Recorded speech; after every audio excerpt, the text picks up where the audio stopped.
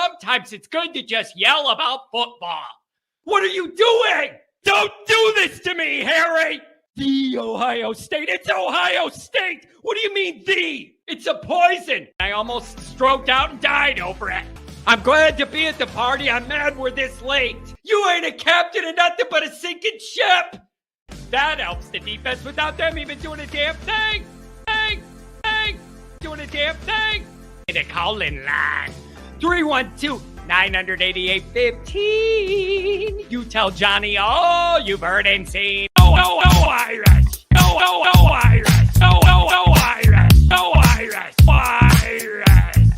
Yeah, that's right. Oh, Irish. Oh, Irish. Oh, Irish. Oh, Irish. Irish. Yeah, that's right. That's right. Welcome in. Welcome back, folks. We got another snow day. I don't know where you're at, but we got a few more inches. So I got my workout in early in the morning. I live at a place where you should have a snowblower, and I have a triple driveway. That's the other thing. I got like the 3-car driveway. I should be one of those people with a big driveway in a cul-de-sac that like has one of those power snow blowers. There's something about moving some snow on your own. I don't mind. Like, it's the kind of thing you complain about having to do, but when I do it, I end up not minding it. It's a good little exercise. You can zone out. You don't have to really focus on nothing. You just push some white around. So I'm a little out of breath. Just ran in from upstairs. Hire that out, John. Those are the things you're able to do when you're a big shot lawyer in the state of Michigan. You can throw a few shekels to the neighborhood kids and have them do it for you. I like that. Eric. You're a baller, though. You got to realize you're a boss. Yeah, so you're ahead of the game. What happened to my stream? I'm a little delayed. Catch me up. Let's go. What the hell's going on here? There we go. It throws me off. I can see myself on delay there. So anyways, I'm just saying it's a good little workout once in a while. It clears my mind. Does that make sense? Like, my mind's a clouded place. All right. It's full of things, and some of them are scary and a lot of them are Notre Dame. You know how my brain works. It's a very complicated thing. And it clears my mind. I don't even bring earbuds and listen to a podcast and get all worked up out there. It literally is it's kind of like mowing grass. You just clear your mind and it's healthy for me. So I hope you're all warm. I hope you're all safe. My man Martinez, what's up, buddy? I love that guy. I want to meet that guy in South Bend. Me and him are going to tear up Eddy Street. We're going to have ourselves a weekend. Angela, it's always good to have a Rudiger here. You know that. So I got something specifically I wanted to go over today, and I've been trying to go over it earlier in the week.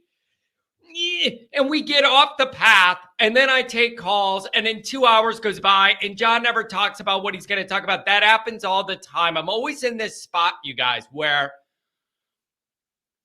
I want to get to the calls. People are like at work waiting to get their call in, and maybe they don't want to listen to me go on my original monologue for 20 minutes, and they can't wait. But when I skip my main point and get to the calls, we end up down the road, and I never bring it up. So there's no winning in that situation. 202, I'm coming to you. I'll make it soon, too. Haven't talked to you in a while. So let's get into this. I see there's some really... You guys are good with these chats. There's a lot of them that are like, and I'm starting to understand that I feel like it's because we're all on the same wavelength. And I don't mean to offend you. If you're on the same wavelength as me, I understand that's a little bit scary, like to think, but it really, like my group, people that watch this show, like, and then I see your chats before the show and it's like, yep, good point. Yep, thought of that. Yep, that's on the list. Yep, that's on my list to talk about. That's a good thing for me to see because it tells me that I'm making sense and that you guys are picking up what I'm putting down. And I'm picking up what you're putting down. And it kind of reaffirms we're all kind of zoned in and lasered in here. And so I love seeing those chats that are like, a bunch of them are exactly what I'm thinking, exactly what I'm thinking. It's beautiful. So I think we'll do a couple of those, and then we'll take the first call or two. Then I'll get into what I'm doing. That'll be a good way to balance it. Phil, what's going on? Homer, what's going on? Justin D. Gal dropping in with the 888. Do we get a quiet offseason this time for once? Here's my prediction. It should be quiet for a while. You're going to get into spring ball. And then some guys are going to leave after spring ball. So I think that's going to be the next little perk, right? We're in this low spot now till spring ball. And then I think some guys are going to leave. You're at what? 90 scholarships now. You got to get to 85. Last year, Buckner left right after the blue and gold game. It would not surprise me if that's not the next little uptick in activity. Just because you're going to have the fall excitement, and then whatever happens with anybody leaving or those quarterbacks, whatever. And we got Goolsby and I recorded something. We're going to put it out here. Like, rather, it was for Patreon. We're going to put that out here and push that because it was a really good, juicy episode. Stay tuned for that. Yeah, Monster Recruiting Weekend did something on that. And so, does any QB leave this time? Eric, I would actually say that's the number one question of spring ball. That is the number one question of spring ball is, does a quarterback leave after seeing the pecking order after spring, and who's it going to be? And that is a part of what the episode Goolsby and I are going to put here is about. He is a huge believer in Kenny Minchie above almost everybody else that's quarterback for Notre Dame right now. And he has some strong opinions on that and how that should shake out, looking at the talent ceilings of these guys and where they're all at. So stay tuned for that. That'll come out here. And so you don't have to do a Patreon for that one. We want to use that and get it out because it was a really good, well-rounded episode. Let's do the introduction. As always, you can find the program on YouTube. Hit subscribe if you haven't yet. I appreciate it very much. Give the video a thumbs up. That helps Yanni Boy out as well. Notifications on, you know why. That way you alerted every time a new episode drops. I know you don't want to miss it. Twitter, search bar Always Irish or at Always Irish.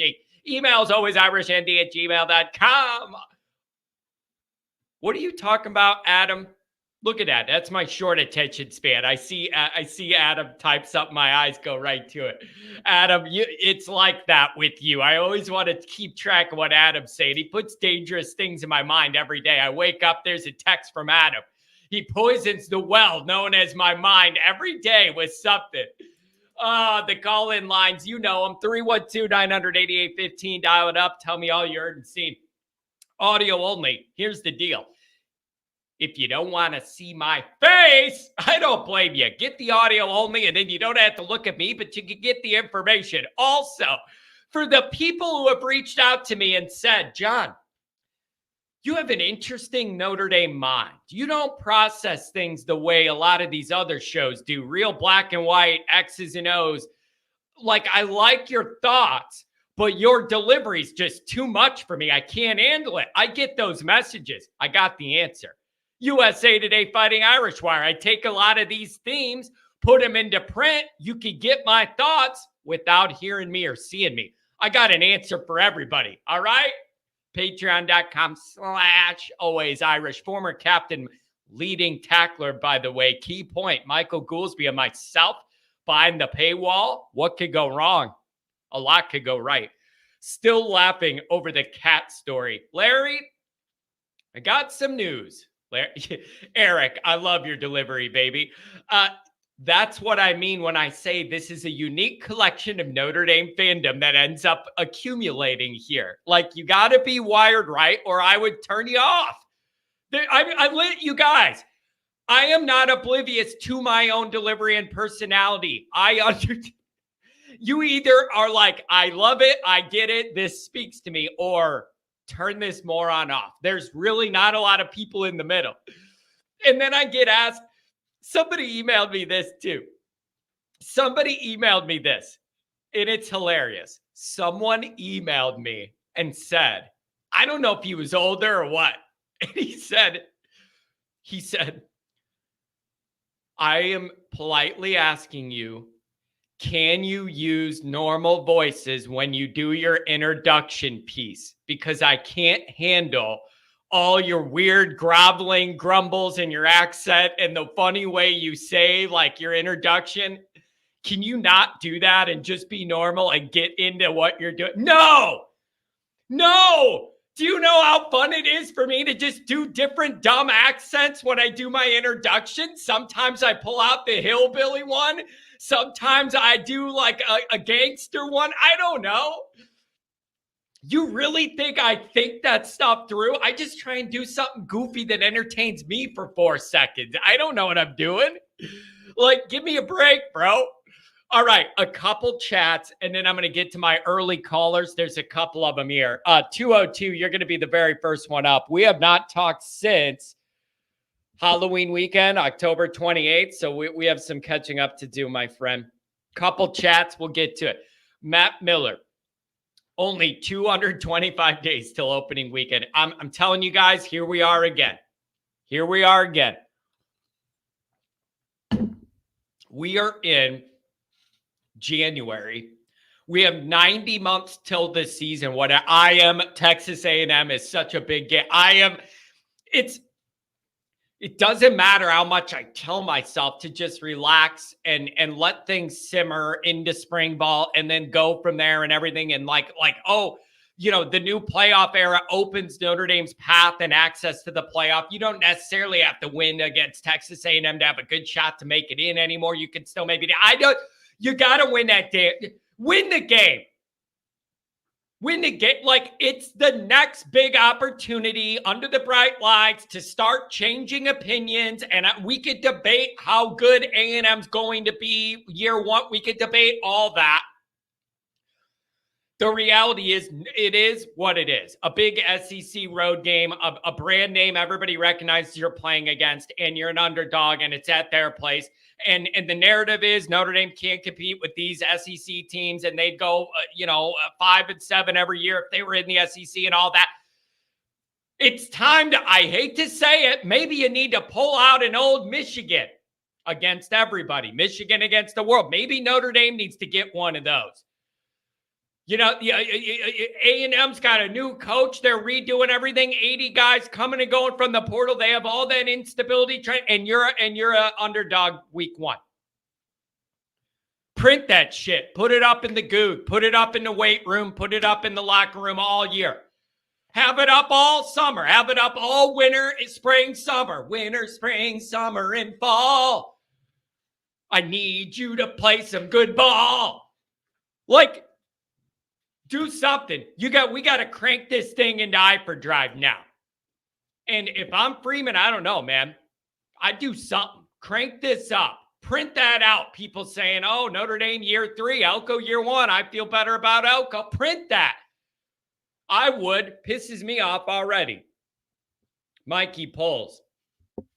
My checklist for next year, win 10-plus games and win the first round playoff game. Score more points in the biggest games, have the team play better on the road. Mikey, my security guard at the tailgates, by the way, make it to the blue and gold game, man. You guys make that trip. It'd be fun. I'll make sure it's fun for you.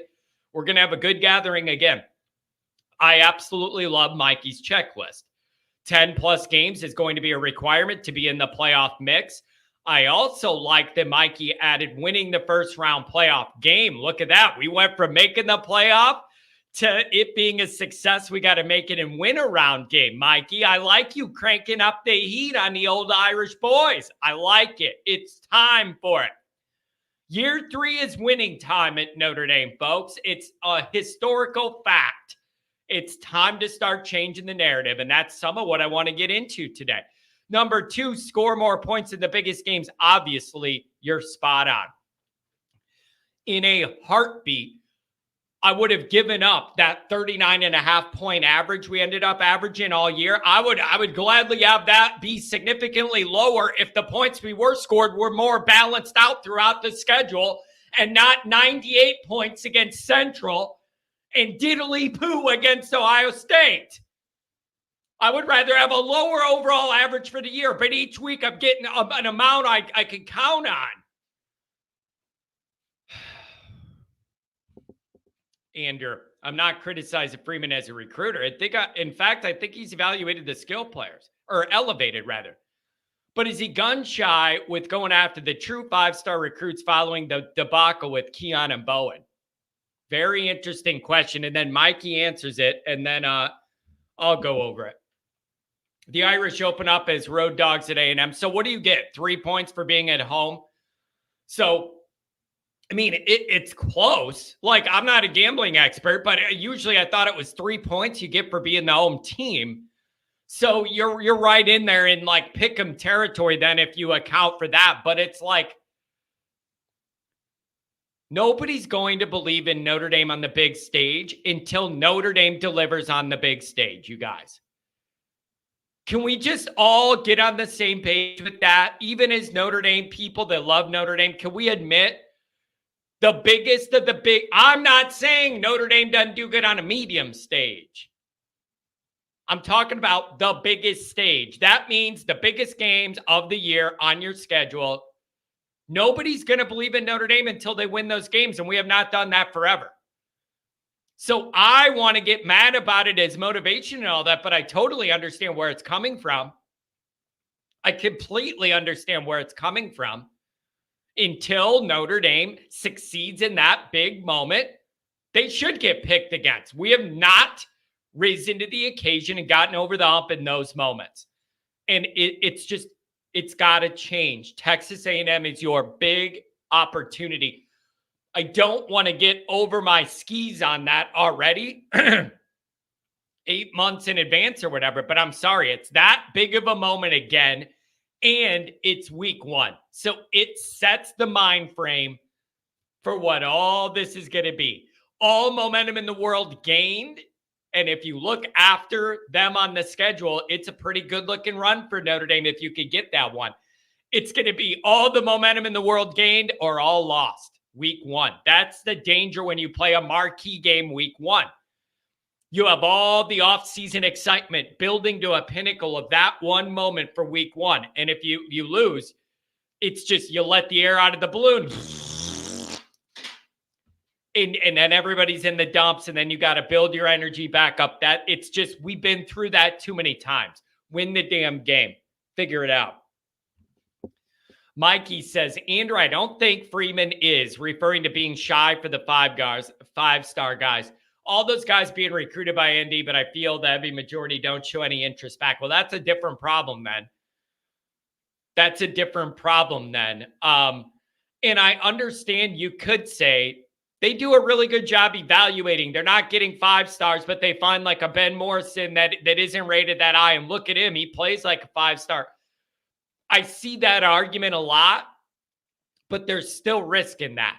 Like, there's a reason that a guy is a 3-star. Like, it works out for Morrison or whatever, but there's a reason overall guys are evaluated where they are. So it's less risk to get a consensus 5-star than a 3-star. You think you see something and nobody else does. That's what I'm saying. And the recruiting class, like it's solid, it's good, it's whatever. But yeah, cherries on top. That would be really nice. It would be really nice. C. Jones, when you watch Love, he has that it factor. Notre Dame needs to keep recruiting it players. Not only keep recruiting them, C. Jones, let them be your guy. Like, let them be your stars. In the middle of the year when we were struggling to do anything on offense, I just kept saying, quit overthinking it. You have so many of these guys that can make moves. Just get them the ball in space and let them do the work. You don't need to overthink it.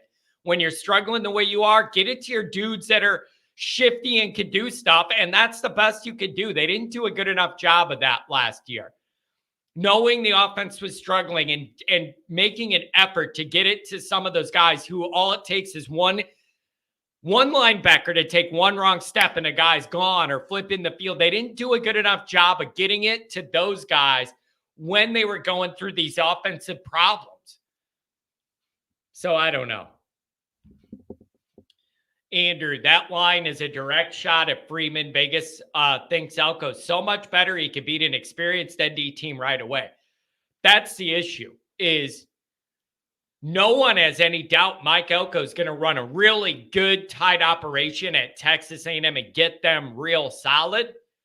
No one doubts that. I have so much respect for Mike Elko and the way he's going to build a program.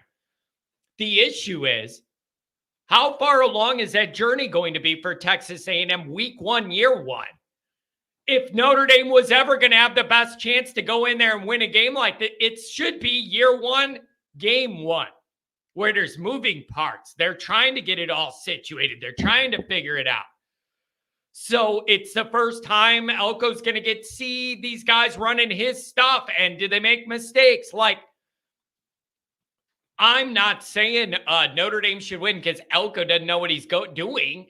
No, it's week 1, year 1. And it's year 3, week 1 for us. Big difference.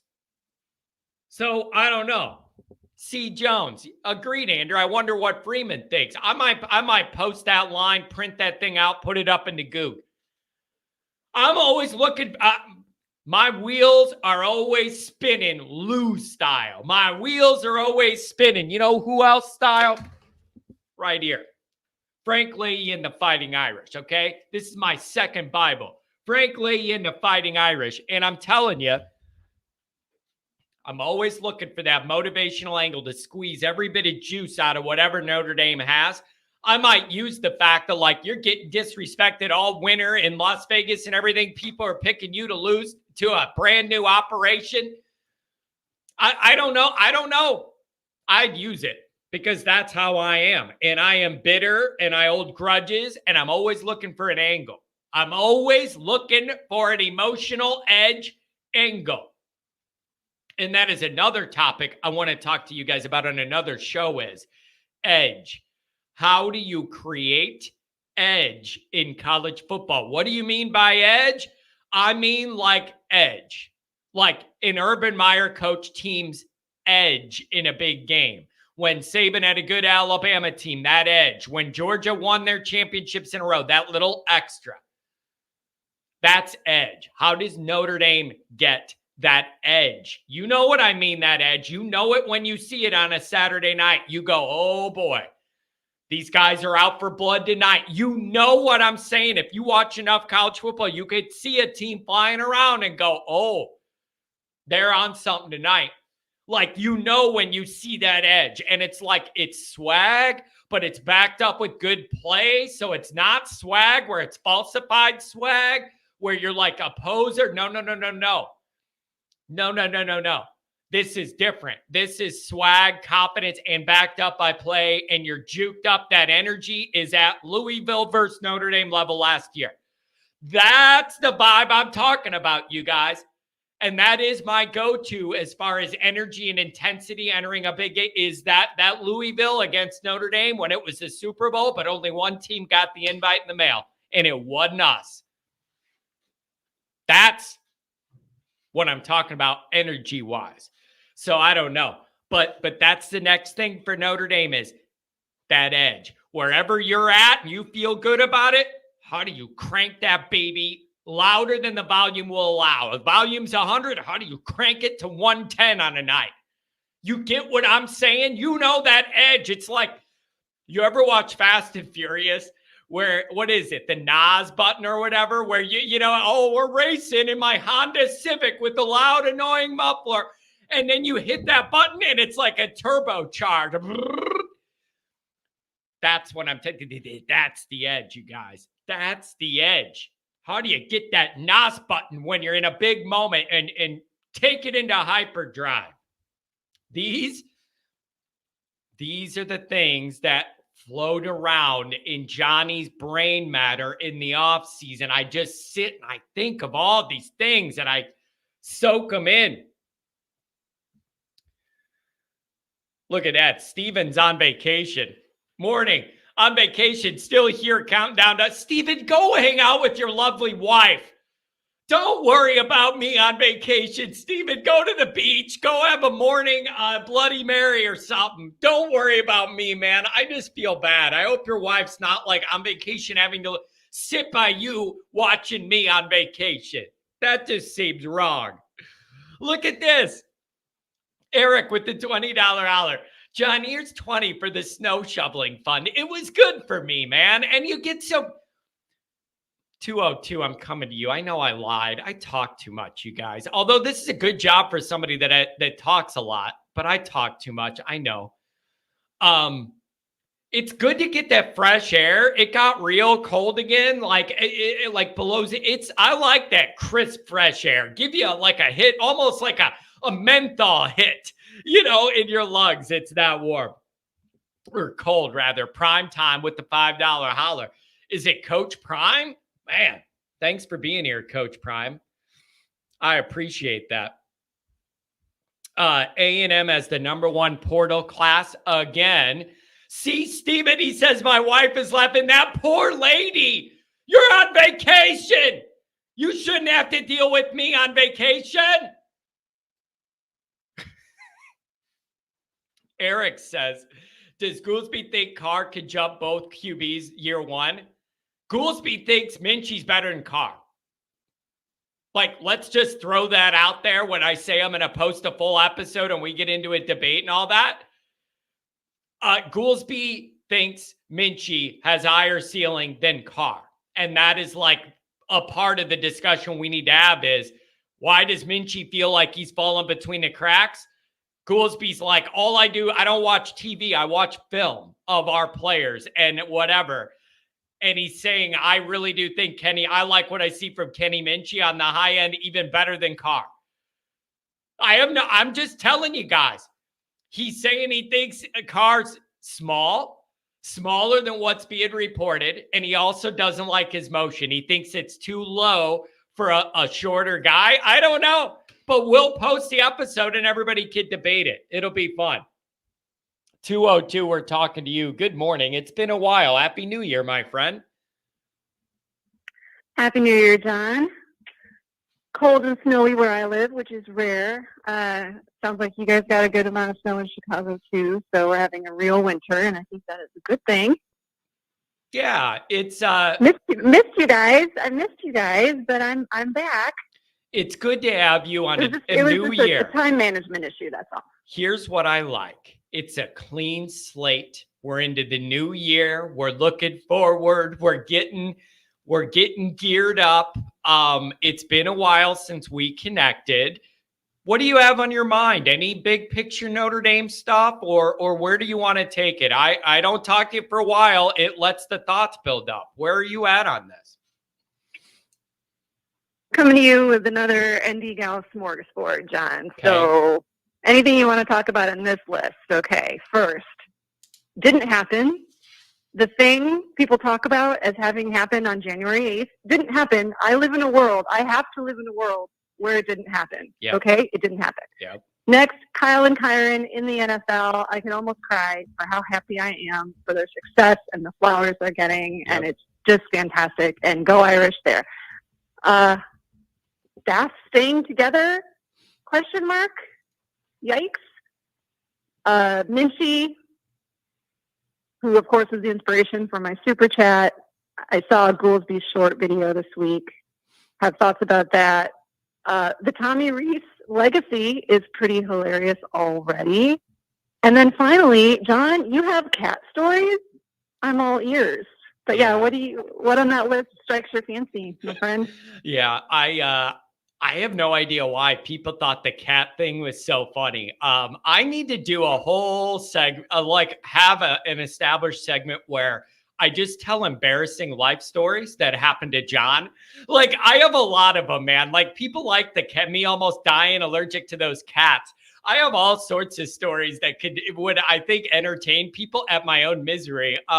So yeah, I'm just not a cat person. I think they're always angling. I can never fully trust one. I just feel like they're always plotting revenge on you.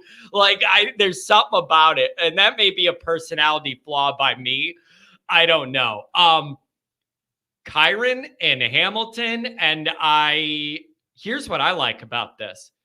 I remember being on Twitter when everybody said those are wasted picks. Both of those guys were wasted. Oh my God. Yeah. Both of those guys were wasted picks. And why are you going to waste a pick on a Notre Dame guy in the secondary? They're never, whatever it was. And now these guys are great. And it's really beautiful to see them getting their credit. There's a lot of people that had bad takes about them online. Absolutely. And I did a comparison. I don't have it in front of me, but I looked at Kyle's season versus Sauce Gardner's season. It's not even a comparison. And Sauce Gardner got $11 million more than Kyle, something like that. And it's really steep, but you know what? Talent and hard work and being a good guy always rises to the top in the NFL. So that's a good point. Look, Kyle got a $9 million signing bonus. He's not poor. He's going to the freaking Pro Bowl in his second year. Everyone up here, Ravens fans, love him. They were skeptical of the pick, but now they're not. That's just how it goes. And Kyron went way too late, but it seemed a sincere pick by the Rams, and we're seeing that. They stuck with him even though he was hurt most of 22 season. Yeah. And now he's just doing Kyron things, and he's laughing and jumping around. My brother and I call him the human Snoopy, and everyone's in love with him. So yep, it's beautiful. It's great to see. I also am struggling existentially still with what happened on January 8th. But didn't happen. But I don't appreciate. Here's my issue. I don't appreciate being put in the middle. And by in the middle, I mean, I kind of want to act like it didn't happen and just move on with my life and not let it like weigh me down and annoy me and bother me, and all the hypocrisy of like, we didn't do anything wrong, but like, we know we did. The whole thing makes no sense. But nobody likes a whiner either. Like I am not coming from any position of leverage to be preaching to Michigan that they cheated and we're gonna, even though we saw you win it on the field, we're gonna revoke it on paper. No one likes a whiner like tattletale like that. I didn't ask to be put in this position. So I want to act like it didn't happen and move on, but then that kind of lets them skate on their championship, and I don't like that either. But if I complain, then they are going to keep their championship. When they beat Bama, they became Teflon coated, because to go after them now is to indict all of college football. It's not going to happen, and that's why I have to live in a world where it didn't happen. Yeah, it just didn't. I'm with you. My first theory was once they won it all and like that became a reality, I started thinking, I'm telling you what I think these NCAA people are going to do now. Now they won it and the heat's cooling down on that whole narrative. I think they're going to scrub down those charges, and it'll be some minor violation, reducing scholarship or something. I don't think they're going to have the balls to take it from them. I really don't. Oh, they're not. Look, Michigan's not going to lose scholarships over this. Oh, man. And it's like, listen, good. Because the argument's going to be, even if they cheated to get where they got, they still won it all. I guess. So it's welcome. It's just another, instance of the world we live in. It makes me sick. Yeah. No, so I can't talk about it. Think about it. You're so right. Think about it. You got like a 10-year-old and a 12-year-old at home, and they love football and they love all this, and you're trying to teach them to be young people and right from wrong and how you act and treat people, and karma's real. If you do the good things and treat people well, you'll get that back. And if you're a bad person, it comes. You're trying to teach your kids these like moral lessons. What is the lesson we could take from the championship winning team's coach being suspended half the year for multiple different violations, and then he gets to be number one at the end? What is the message we're sending the youth in that dynamic? I'm just asking. 937, you're next. What is the message there? Cheat enough and then you'll be good enough and you'll win and it doesn't matter? I don't know the answer. ESPN is evil is the answer. They're destroying sports, and they made all this happen and let it all happen. So they definitely are. Did you hear about their wait? Did you hear about their 37 Emmys they had to return because they cheated to get them? Did you hear that story about ESPN? Oh, I completely did. Oh yeah. And isn't that so on brand? It is so on brand and tacky that they would juke the system to get 37 fake Emmy awards for their people. That's unbelievable. And then I realized who we're dealing with, and it's totally believable. I have no respect for that outlet. And there's an argument that, the talent didn't even know staff was doing that. Sure. I don't know. I had actually not thought of that in about a week, John. It's hard. They don't care as long as the money comes in. Yep. You know, Yep. They're desperate for eyeballs, and okay. So wait, let me bring this forward then, as we try and cope. I'm trying to block it out, but it's very, very hard. Do you find any of these corollaries that make you feel any better? Like, hey, Michigan does not have top 5 recruiting classes every year and the best quarterback, and they still won it anyways. That gives Notre Dame some hope that they're built more the way Michigan's built than like a Georgia, Ohio State, Alabama. Are you with that? Like, can you get behind that as a way of being like, maybe the avenues are opening up, and if they could do it, then Notre Dame can too? Like, I realize it's a stretch, but I'm just trying to find any piece here at all.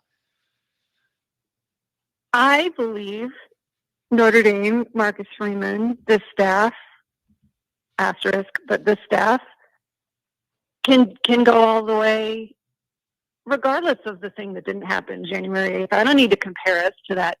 Yeah, that's cool. That's what I said. Because that's what. Gosh, I love it. That's exactly what I said when that narrative came up. Every Notre Dame show was doing this, saying, "What is this? Prove a roadmap for Notre Dame, whatever." And you know what I said? I don't need my worst case scenario of my life to happen to know that if you can run the ball and play good defense, you're going to win a lot of games. I did not need to learn that lesson from the team I hate and the people I hate more than anybody else. I already knew that. We just don't do it enough. I didn't need to learn that lesson from them. What a bizarre, why spit? I don't even understand why take the oxygen or the clicks to even create that spin. We don't need that comparison. That's just weird. Yuck. I wish I didn't even know people were saying that. I love your disdain for this I love the disdain that you have for this whole thing. I love it. I love it. Yeah. Makes me happy. Little fun fact about me. I worked on Mackinac Island for 7 summers. So Michigan and I are not friends. Literally was, shouted down this mountain, down Main Street, because I was wearing my Notre Dame sweatshirt one night. That's the way it goes. So I don't know if I'm tempting the gods in saying this, but the upcoming NFL coaching carousel gives me heart palpitations. Yeah. So many teams need to fix defense, and I think Al Golden is happy here. He looks happy. He smiles and giggles all the time now, but we can't pay him $5 million. Yeah, it's a little bit of a Dan Brockian situation where it's like, I haven't heard anything that this isn't happening, but it has not officially been done yet on paper. And I wonder about that too. And then the other thing is, I heard, am I dreaming this? I thought Cincinnati was looking at Mickens as well. So that's the that's the real danger is that would be the one. Al Golden goes to the NFL or something, but Mickens leaves before that to take a DC job. So I don't know where that falls. The perfect thing would be Al for a few more years, transition into Mickens. It's already behind the scenes that they know that's the plan, and Mickens is cool with it. And then that would be the succession plan is a few more years of Al and then into Mickens. So, okay, Somebody's saying that's BS on Mickey. All right, I'm just saying I saw a bunch of tweets that they were looking at going after him. I'm not trying to get people worked up. I just saw that. Verified that he hasn't reached out. Good. Then I saw those tweets and I'm not as worried then. Good. Well, okay. So he didn't reach out. Did his agent or authorized representative reach out? I mean, this is the kind of stuff where the rhetoric is important. Okay, all right. John, you're depressing the hell out of me right now. No, I'm just bringing up. I'm just bringing up what I see in the ether here. I don't, I just hope the perfect plan is Al a few more years. Mickens transitions in when Al moves out. And that's what I want to happen. So I don't know. Of course, yes. But we need at least one more year of Al, please. Yeah. And then on Mincy, this is another white knuckling situation for me because, I think Goolsby's right. Everyone's overlooking Mincy. I don't understand that one bit. He was a good recruit. And, he was committed to Pitt. A lot of people, including Malik, Lucky Lefty, think that he's underrated. And I'm all about CJ Carr, of course.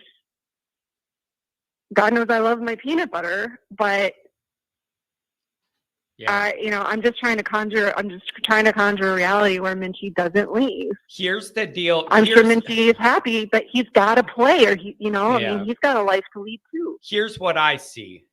All right. Like you have Riley Leonard. That's the shiny new, like right in front of you type deal. So you have that. And then you have Carr that had all that smoke when he committed, and the Lloyd Carr thing adds fuel to the excitement on, like, that's all a part of it. So you have him in the future. And you also have Deuce Knight in the future, and everybody's excited about that. And then you've seen a little bit from Angeli, and the bowl game went really well. So people are excited about that. Does it just seem to you, Minchie's the one that's just kind of fallen between the cracks here where nobody has any excitement to attach to him yet because we just haven't seen enough to do that, right? Like, is that all what it is? He's fallen between the cracks. Maybe in spring ball, he can wake a lot of people up. It's going to be really interesting to see. That's definitely the hope. And I'm on record as saying that Sam should have been our last transfer quarterback because we've created a backlog, and now the credibility with recruits diminishes significantly every time you do this. It's a big balance. I mean, why would a 17-year-old commit here and just watch? Man, it's a tough balance. These are new age issues. That roster management piece. How do you navigate that? Guys buying their time at Notre Dame, doing all that. And then you bring a guy in off the street and then they jump you in the line. Like, I don't know how many times you go down that well. Like, and what the worst case scenario would be, Notre Dame hitches their wagon to a starter and it ends up being the wrong guy. And the right guy's not the starter and he's mad and he leaves. That's the worst case scenario. So you got to line this all up and have it be right. And so whatever this order is going to be, they're going to have to get it right. So there's a lot of moving parts there, and spring's going to be a big time to evaluate that. And then after spring, who leaves? Nobody or somebody? We're going to have to find out. Yeah, I think it's going to be a bit of a carousel. And frankly, and I know you have to go, I'm sure there are other people in line, and apparently I'm incoherent. So sorry, y'all. Hey, that's how I start. That's how I start the show. I think we learned with Sam that maybe it's not the greatest thing to have a guy who has played multiple years in the ACC. When we have so many ACC teams on our schedule, they know how to break him, right? So maybe it's not the best thing to take yet another ACC quarterback. I'm looking up their. Yeah, I don't believe you're going to have the same excitement. Duke went 8-5 last year. You're not going to have the same excitement you did with Sam. I think people learned a harsh lesson, and I probably include myself in that too. you're not, and maybe that's not fair to Riley Leonard, but I do not think you're going to have the same height of excitement level this time around, because people feel like they did not get, the full thing they thought they were going to get out of Hartman. So I do think there's going to be a lower level of excitement. That may be not fair to Riley Leonard, but it's just the way it is. So that's what I see. I have nothing against Riley Leonard. I think he's a class guy. He fights hard, but I would bet that Minchie was higher rated than he is. And again, many people think Minchie was underrated. He did, really well in the late season camps. And again, Malik Zaire, who knows a little bit about throwing the football, has been in love with Minchie for years. So yeah, I don't know, but I'm going to let you go. I'm going to leave you with this. Yep. Go ahead. I wanted to see what you were leaving me with. Well, at the risk of, falling into a narrative that people might like to latch onto, I am a cat person. And sitting in my lap right now is my new British short-hair kitten. I can't breathe. I think he could make you like cats. I can't breathe through the phone. My allergies are connected. The dander's coming through the fiber optics in my mic just from that. Oh, I can't breathe already. Gracious. You know what? I'm sorry for you. I have met you. You can't understand the majesty of Keith. I have met you in person, and I'm going to give you this compliment and insult. It's going to be both. It's going to be a compliment and an insult. You have a really good personality for a cat person. We'll leave it at that. Yeah. I told you, it's a compliment and an insult. It's a compliment and an insult. Well done. You win. You win the call. You have a really good personality for a cat person. I'm going to say that. Meeting you in person, I'm giving you that one. So you can sit on that. It is both an insult and a compliment, my friend. Also, just so you know, I don't know what your plans are. Blue and gold, we're having a big tailgate. Goolsby's coming. We're blowing this up. And then we're going to do Miami, Ohio game for next year, the actual one for that. So I wanted you to know both of those are in play, and you're invited, obviously. When it snowed last Louisville game, and I was, I even had a room at Morrison for that weekend. I'm a little gun shy, but I definitely have the Miami, Ohio game circled on my calendar, dear. So beautiful. Let's see. Have a really good weekend. Stay warm and safe, and have a great day, everybody in the chat. Bye-bye, guys. Go Irish. Wonderful catching up with you. Thank you very much. And this is just the way it goes. Somebody was like, she's, what did they say? She's incoherent. I can't. And then the next person's like, her takes are fire. Like, that's the way it goes here, man. You either think she's totally clueless or it's brilliant. The same thing with me, man. I either know nothing or I'm spot on. A $5 holler from my man Martinez. PB&J for Prez. Ha ha. Yeah. How much of it is just Angeli's further along in the program than Minchie? So he had the inside track to be the backup guy last year. And we haven't seen enough of Minchie to even know which way that should go. I don't know. I'm just saying you have to have a pure, unadulterated evaluation of all these guys. That's all I'm saying is I just need spring to be a clean slate for all these guys to reset the pecking order. And here's the part about that. 937, you're coming up. 4192. Here's the other part of that. The other part of that is Denbrock coming in changes things. You're going to be running different things. He does not have a history and know these guys and have built in, I think this or I think that.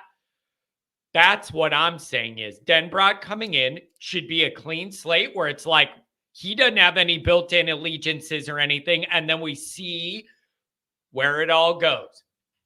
But you just got to make sure the wrong guy doesn't leave. And so you gotta figure that out. And I listen, me and Goolsby were going back and forth about this. And he was saying, people want it to be Carr. That's the guy. And it's got to be Carr. And why are people so attached to that? Dude, no. I do not care the name. Give me elite quarterback play. I don't care the name, whether it's Deuce Knight or whether it's Carr. The name doesn't matter to me at all. I don't benefit any more or less by who gets the job. All I know is Notre Dame needs a quarterback moving forward who you win your biggest games because of. Think of what I just said. There's a lot of layers in what I just said. Notre Dame needs a quarterback they win the biggest games because of. Couple layers to that. Winning the biggest games because of, well, we could stop at winning the biggest games. We don't do that yet either. So that's a bigger picture thing. But you know what I mean. A quarterback who puts the team on his back in the biggest moment says, damn it, hop on for the ride. I'm going to build us a drive here and we're going to score and win this game. Or I'm going to throw that third down pass that gets us that last first down to run out the clock against Texas A&M. Like, I need Notre Dame's quarterback to be a guy you win your biggest games because of. Not the defense plays lights out, special teams blocks 7 punts, and then we run the ball enough you could scrape out a win, but you got to drag the offense across the finish line. I'm over that. That's been the last 30 years. I hate it. I'm over it. I'm sick of the Notre Dame offense not being a reason you win the biggest games. Spare me on, what about you're going to have in your brain? What about when we did this and won that game? I guarantee it ain't the biggest games. Whatever came to your mind at those moments of us succeeding, they weren't the biggest games. They weren't. So, I don't know. Yeah, Ryan Day. I see we're talking a lot about Ohio State in here. I don't know what the hell's going on there, but we're about to find out. 937, what's going on? Hey, John, it's your favorite Buckeye fan. How are you? I want to ask how you guys are. Happy New Year to you, my friend. Happy New Year. Yes, Happy New Year. Hey, Ohio State had some breaking news kind of late last night, and I don't know how the Ohio State people are going to take it. What's your response to what they might be doing at an offense coordinator here? I'll tell you what. When I heard Bill O'Brien was a possible candidate, this was probably a few days ago. I kind of had mixed thoughts because they had a couple of other guys that they were looking at. The Toledo guy, the Toledo head coach, was a possibility, and I was kind of in for him. But one thing is, I'll tell you what, Ohio State's made a ton of moves in this offseason, and it kind of makes me wonder, hey, did they even prepare for the bowl game at all? Because there's just so much going on with them in the transfer portal, and then also now with the coaching staff. It almost feels like, to me, that bowl game where we just didn't even show up, that the team they weren't in it, that they were definitely looking for next year and what they were going to do and the moves they were going to make. Yeah, I mean, but the Bill O'Brien hire. Yeah, what is your reaction? What is your reaction to it when that news broke?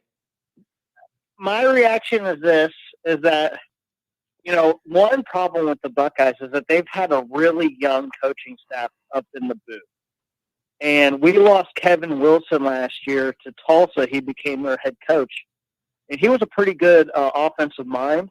But we basically had young guys up there looking down, and I think it really affected the offense. So I'm glad to bring in somebody that has a little experience and that's going to sit up in the booth and be able to call plays. That's one thing with Ryan Day is, does he have too much on his plate? And play callers don't tend to win the national championship very often. So I think it's a good thing all in all. Is it the right guy? I'm not sure, but I do think he's got a heck of a lot of experience. He was hired by Bill Belichick twice. Yeah. Hired by Nick Saban. Let me ask you this. Obviously, the football world likes him. Yeah. And he's one of those names that always kind of comes up with OC stuff. You know what I mean? Like always. Yeah. Let me ask this. Let me get your opinion. A lot of reporters, when this came out on Twitter, their response was kind of a lot of people said this is kind of hit or miss, where it's really going to work and take off and it's going to be obvious, or it's going to go badly and it's going to tank, and it's going to, like, a lot of people are saying there's no in between on this one. And I don't know if I fully agree with that. What is your take on that, either being a home run or totally flaming out with no middle ground? What do you feel about that? Oh, I totally disagree. I think there's no way it's just a total free fall. I mean, look at when he was at Alabama. They were good. They weren't great. But offensively, they averaged 40 points a game. And I was looking at the games that they lost when he was there. Every single game, like the other offense scored, I think on average 39 points or something to that effect. So it really wasn't on the offense is the reason why they lost. I think, yeah. Let me ask you this. This is another question that's come up with this Ohio State situation is. This is a really good question for somebody like you that in the Ohio podcast, I saw you in the chat as well. This is a really, really honest question. Do you feel like the veracity with which Ohio State's operating since the season ended, with all their efforts to get their guys to return, wanting to flip the coaching staff and all that, do you feel like there's an increased urgency practically that they feel out of a reaction to not only how their season ended, but how Michigan's ended too? Do you feel like do you feel that urgency? Because I'm telling you, I do. I see and feel that, and it's not. Oh my God! But it ain't my team, man. So I'm not. That is not my team that I have the pulse of at all moments of my life. So I'm not in a position to say it. But from the outside, it looks like they're like, okay, like this has gotten way out of control, and I kind of see that. Do you agree? Oh my gosh, yes, completely. It feels like once Michigan won the national title, I think something clicked with the alumni here. And it's called misery. We're not losing the NIL. Called misery. We're winning an NIL all of a sudden. That's what clicked. It's called misery. It's like we decided to go nuclear. Yeah. It's an existential, like that's what clicked. The same thing that clicked to me, which is this is my nightmare living worst case scenario. That's what clicked for me. Yeah. And I'm not even you guys. It's just, yeah. I feel that. And that's going to be really interesting. So if Ryan Day loses this year to Michigan, he is out for sure. He has to win that game. There is no doubt. The alumni, especially the big donors, they have ponied up to keep the players. Now, I think what's interesting is what we're seeing here with the Nick Saban leaving. That some teams, their powder keg, so to speak, with NIL is dried up because they went all in on the recruits. But when you have something like this, I mean, the Nick Saban thing is such a massive thing. It's a big shift. And there's it's so just many a huge, different, yeah. And because it's not just about Alabama and him. It's about all the other things that shift when you do, like when that guy in that moment in that situation leaves, it causes a ripple effect. So it isn't just him. It's all the other things that change and the talent coming in, leaving in and out of that. And like, it's all the ancillary things connected that are all moving too. Very, very interesting. Right. And it's interesting to me, like some of the teams that have really prospered, I think you got to look out for is, I think Florida State got like 7 or 8 days in a row. They got an Alabama commit to them. Yeah. So they're going to be an up-and-coming school. If you guys play them next year, I think you do. Yeah, we do. That's going to be interesting. At least we got it at home. That should help a little. Yeah, that should help. It's later in the year, right? Indeed, it is. Yeah. Oh, that'll help a lot. Yeah. But they're going to be definitely reloading this year, just from what I'm seeing in the transfer portal. But Ohio State, it feels like, they're in a lot of battles that they would never have been in last year or the year before. And partially it's because other teams like Miami and some of these other teams that have really been selling out, I think they're kind of running short on cash all of a sudden. And Ohio State didn't throw this crazy money at freshmen, and they're throwing it more towards the players they had on team, and now towards transfer guys that are actually proven. And I do think that that's the way it's going to have to be until this changes. Yeah, because the freshmen are just so unproven that if you can get guys like for a similar rate that are proven, you got to go after them. And I hate to say, I kind of don't like that, but that's just the way it is. I think for you to win quickly and maybe consistently. So yeah, man, it's really going to be interesting. But I have been thinking about your group because I know how I reacted to how this college football season ended, and I'm just like, if I feel the way I feel about it, then I can only imagine the Ohio State people, because no offense, man, but I blame you guys for allowing some of that Michigan thing to rise. I know. Oh no, I blame us 100%. Like, dude, I know 100%. I know they had the Stallions and all. I know all that, but I'm saying you guys used to be the ultimate gatekeepers of tamping down any uprising by them. And it got away from you the last few years, and we all paid the ultimate price. We all paid the ultimate price for that.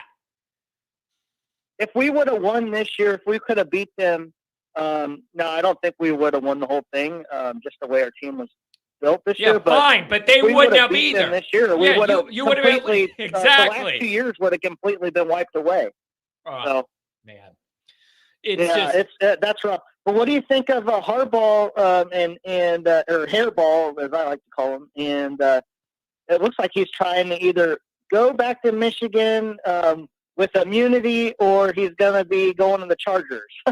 Yeah, isn't that crazy? He's asking for immunity.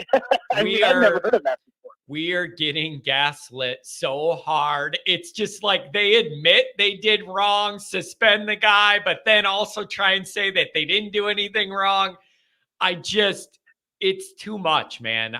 It's just too much. It's time to go. Just go if you're going to go.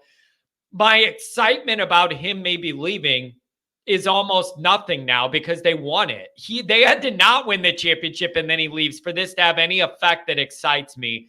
If he does go to the end, follow me? I agree with you, but I disagree with the sense that it is kind of crazy that he's asking for immunity for next year if he stays with Michigan. If whatever they find from the last 3 years that he's immune from, I mean, how bad could it be? You know what I mean? But the other thing is, why do innocent people need to ask for immunity contractually? Like Adam put that in the chat, right? All their fans have been saying they have nothing. They got nothing. I hate it. This all makes me sick. They needed to not win it, then Harbaugh leaves, because now what happens is, if he does leave, he's a martyr. They're not going to look at him as like, oh, he's leaving us. They don't care. They just won the title, and they're all going to say, he is our martyr, taking all the bullets on behalf of the program, and he was so wrong. They ran him out of the league. He's willing to leave and take all that and on behalf of it. That's the narrative they're going to use. Every single thing about this, I hate. Everything. All the angles, all of the mental gymnastics. I hate it all. And I hate it too, because next year I do think we're going to win. I think it's going to be a big win from us. So, and to not be able to face him and beat him, so that does kind of sting. Yeah. Kind of like when Urban walked away, they never got to beat him, so that kind of stings for them, right? Yeah. That makes sense. But it's the worst case scenario for your group and for me as well. I'd be like, this ended horribly. Well, it was the one result that couldn't happen, and it happened. For the season, yes, I agree with you. It's the worst thing. But then I will say this: our NIL, we're going nuclear, my friend, and that's it's kind of beautiful. Yeah, it's kind of beautiful. Yeah. Well, we'll see how it goes, man. And we're in a low spot now, and we'll get into spring ball and get it all excited.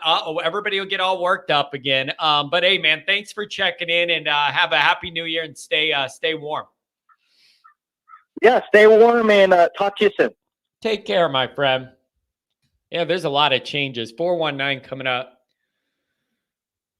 Nick says, so after Day and OSU lose to Michigan next year, are we all ready for the Freeman returning home rumors that will immediately follow? And then some people are saying, don't mention that. I don't want to think about it. And then other people are saying, what has Freeman done to deserve that job and have that, even be talked about or whatever? I don't know. I've seen crazier things. Pat says he just doesn't want to be held accountable for somebody who worked for him and did things he had no idea about that his team benefited from. Is that a lot to ask for? Well, you're assuming a lot of things here, Pat. Number one is you're assuming Harbaugh really didn't know any of this was going on. And that is almost impossible to me. That's the number one philosophical thing I got to disagree with you on is you're acting like he didn't know a lot of this was going on. And my evidence of that would be there is no other situation where a head coach at Jim Harbaugh's level. Damn it, Pat. I hope you were serious with this so I could yell about it and get mad. This ruins it. But I'll cover this in philosophy anyways. But now I can't be mad, Pat. You ruined it. I wanted to get mad. The accountability thing is, that's the deal now. The coaches can't just say, I don't know what happened with the assistants. I know nothing. They changed that rule to where now if your staff gets busted for something, you are either supposed to know or you did know and we're okay with it. So then that goes, never mind. You want to get mad? O-line you. Oh, I'm not going to blow it, but I recorded an episode on that and I did yell about it, but I haven't posted it yet. So I'm not going to open that can here. But I had a big O-line U meltdown after Michigan won. I had a big O-line U meltdown. I couldn't take it. I couldn't take it. 419, you're up on the line. 385 is coming up after that. What's going on, 419? Happy Friday. Happy Friday. Yeah. Michigan is 100% going to get punished. I mean, I don't know about taking the title away. That's probably not going to happen, but there's just too much to the whole story. They're between Connor Stallions and that linebacker coach destroying evidence. Like, they're going to get punishment. Yeah. I don't know why people... I don't know, man. I don't. The thing is, any punishment I needed them to not win it on the field, man. It's like taking Reggie's Heisman away when I sat there and saw him shred Notre Dame and earn the Heisman. And it's some of that where I'm like, you could take the Heisman away from Reggie, but that didn't make me feel any better watching him shred Notre Dame. Like, I saw it happen. He earned the Heisman. I really don't like it. It was a bad end of the year. I put a bad taste in my mouth that's going to last all off season. There's no way around it. People are telling me I'm a baby. Get over it. Quit crying about Michigan. It's a weak look. I don't care what anybody says to me. This is the worst case outcome of any college football season. We don't win. They win it all. Worst case scenario. Sugarcoat it any way you want to feel better. I can't feel better about it. Yeah, and there's no way that Jesse Minner and what's the OC's name? Oh, wait. Didn't know about it. Here's another question. Follow me here. I'm glad you brought this up. Good question. Here's what I think. I think the Michigan people are thinking if Harbaugh leaves for the Chargers or whatever and goes pro, and Sherrone Moore was already there and already proven he could coach laps around Ryan Day. That guy publicly pantsed Ryan Day in front of all of America. Literally publicly pantsed him, coached circles around him, made him get all scared and everything. So they're thinking you would give it to Sherrone Moore. He's already in-house, already proven he could beat Day. The guys all love him. Okay, fine. But would Michigan be scared to do that? Because what if the results come back from the investigation and they find out he was more involved with some of this and knew about it or whatever? Is that like, because I see Sherrone Moore as that name, But are they sure there's nothing that's going to come back that's going to get him show claused to where he can't be the coach? Or am I overthinking that? It crossed my mind. Yeah, I hope so. So I don't know. I hope so. I don't know. And then going back a couple calls that he was talking about, Malik Zaire, that dude's a Riley Leonard hater. I don't know what he's got, but he's hard to listen about that subject. I mean, what are we talking about? Like kids throwing passes in shorts on Twitter? Like Denbrook's going to figure all this shit out. I don't know why I guess we're up in arms because we had, 12 years of Kelly crappy quarterback play and 2 years of Freeman so far. So we're, thinking negative on it, but yeah, it is. I don't know, man. It's just year 3 is a big year. we're cursed. Year 3 is a big year, Mark. This is like, it's getting to be winning time, man. I'm losing patience with everything. And like the Notre Dame stuff and the quarterback struggles we've had to find an elite guy and Michigan winning and our year where the 3 losses were all uniquely painful in their own ways and they weren't talent based as the reason that we couldn't get over the hump. All of this stuff is leading me towards this year 3 is a big damn deal. Like it is, man. Right. Year 3 is winning time. It lines up with the new playoff. Year 3 in history has been a big year for Notre Dame coaches. Like the staff seems balanced with older guys, younger guys. The roster's going to have pretty good balance, older guys, younger guys. If this doesn't set you up to make some moves, I don't know what does. I need them to do something. This is it. It's time to get some good quarterback play because, we go back 15 years, who do we have? Ian Book, and he's like the Brian Kelly quarterbacks. He's a stat collector, never won anything. So it's time for these big games. And then I got a question for you. I was thinking about the coaching changes, and I was trying to think, what coaches would you rather have right now than Marcus Freeman? Yeah, that's a really good question. I mean, all things considered, Here's why that's complicated, though. It's complicated, though, because if you said the top names, they're never going to be Notre Dame fits. You follow me? If you said Kirby Smart or whatever because he recruits, but he's never coming to Notre Dame because he doesn't want to deal with what you got to do at Notre Dame. So, even if I did it did the exercise, it's never reality because none of those guys are ever going to want to deal with all the Notre Dame crap. So you name any of those people and it's not going to line up right.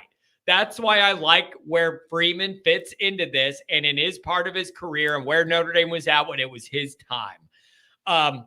Notre Dame's so unique, man. A lot of those top guys would never even consider Notre Dame in the North and everything. Oh, yeah. And it's like school. What do you mean this guy doesn't have the grades to play football here? Are you out of your mind? They've never heard of that at a lot of these places. Yeah, well, that's where I'm at. And, you keep seeing all these people bitching, and thinking you said 2 seasons. The only guys that come to mind is possibly Lanning, obviously Kirby Smart and DeBoer, whatever the hell his name is. I mean, outside of that, I just feel like things are rolling. I think for Freeman's 7 losses or 1 possession games, it's not as bad as it seems. There is another side to that. You are right, my friend. You are right. He's learning how to coach. He hasn't had a quarterback. We've all bitched about his offensive coordinator the last 2 years. What do we expect out of him? Ultimately, it's on his. And here's another way to look at this. And I've struggled with this. This is another one of those things I lay there at the end of the night and my brain spins. You're right. Even the games we've lost with Freeman, they have all been competitive games. It's never been a moment where you didn't belong physically and just got outclassed or you played so bad you got blown out. Like, that's not it. That's a good thing. It's also a bad thing, right? Like, it's a good sign, but also that means there are missed opportunities for wins you could have had and you let get away from you. That has not always been the case in the past. Like, you've lost some games where you were just going to lose them, and physically you were just going to lose them, like all the playoff games we've been in, right? Like, and so it's good that the losses are closer, but in a way it makes me more mad because if they're that close, they could easily been wins. Flip them. I mean, Kelly was getting destroyed, and we were embarrassed to go into work on Monday. Yeah. That's and changed. I mean, people forget. No, you're right. He had the two good years, but we got killed the last game, and I mean, man, isn't that the case? Bring up. No, you're right. Here's the deal, man. You had 2 recent undefeated seasons leading into these playoff appearances. Both ended tragically non-competitive. Like, don't even start. Non-competitive. When that's your last presentation and you're taking a playoff spot, and a lot of people are mad about that. Everybody's watching. And then you do that. You know what that means? You have no credibility from the 12-0. It all goes bye-bye. All 3 months of playing good football, winning 12 games, all of them. All your credibility, your football street cred goes out the window. That was the biggest part of those. Even if you competed but lost, you wouldn't lose all credibility. But all those 12-0s mean nothing when you show you can't compete at the end. It's been very frustrating. Yeah, and then I don't know if you saw the article on Riley Leonard on the Athletic website where they were interviewing the Duke's offensive coordinator, and he was kind of comparing it to Jaden Daniels with what Denbrock's going to be able to do. Yeah, it's going to be interesting. It's going to be really cool to see the little nuances there. And here's something else. You're leading me down this road. Hey, Phil, good morning. The other thing it makes me think about is Notre Dame's going to have a kind of a new offensive lineup, and you're going to have some inexperience in there. You're just going to have to. That's a part of this as well. I'm wondering if you could use some of the mobility features Riley Leonard has to help insulate you from some maybe early O-line issues as that new lineup and a younger lineup gets established. I'm wondering if that's a spot where Denbrock can utilize that extra mobility. I'm looking at that too. It's in my mind. Yeah, they were saying that Leonard scrambled 70 times for like 500 some yards where, the play didn't work. He made something out of nothing. Yeah. I think Jaden Daniels was the only one that had more, was higher than that. That makes sense. He took off a lot. Yeah, Riley Leonard only played 4 games healthy last year. Yeah. If that. Yeah. So that's going to be really an interesting dynamic. And the other issue is, though, you don't want him to get injured. So Pat just wrote as long as there's no injuries. Like, that's the issue. You want to use that mobility, but you can't rely on it too much to where the guy gets dinged, and then you have a whole nother subset of problems. Be wise about it. Pick your spots. For instance, Texas A&M, I'm drawing way more up for him to keep the ball and run it there than I am a lot of the other games, because you will need it there to be able to move the ball against A&M more than those other teams. So all those game plans are not going to be the same. But in those big moments, I'm having him do more. And week 1's one of those weeks. Just the threat of him running, where if you run an RPO with Sam Hartman, nobody's buying it. So I think if the Duke ran him 10 times a game, hopefully Notre Dame doesn't do that many. But Yeah, then again, we got depth if he gets banged up. But it's going to be interesting. The first big thing with all this quarterback stuff is I'm so interested for spring. I would be surprised if all those quarterbacks stuck around. And so I want to see this competition. I want to see when is the last time Notre Dame fans were genuinely excited about all these quarterbacks? We want to see what Riley Leonard's doing. We want to see CJ Carr. We liked what we saw from Angeli. Minchie has a high ceiling still, and you have Deuce that ain't even in the building yet. When is the last time Notre Dame fans could honestly say they were genuinely excited about the whole damn quarterback room? Is this not progress that there's at least genuine intrigue for all of those guys? I don't ever remember that being the case in Notre Dame. Is that not progress in some measurable way? Well, it lines up perfectly for this Peacock Hard Knocks show that they're going to do in the spring, because we're going to be able to watch all of it. Hopefully we see that. We'll see what they play out. So I don't know. I just think things are trending up, but you got to maintain momentum. You got to maintain momentum. And that's something that Notre Dame has not been able to do when they find some level of success. You got to beat Texas A&M, man. It really is that simple. It is your next big opportunity to start to try and change opinions. I agree.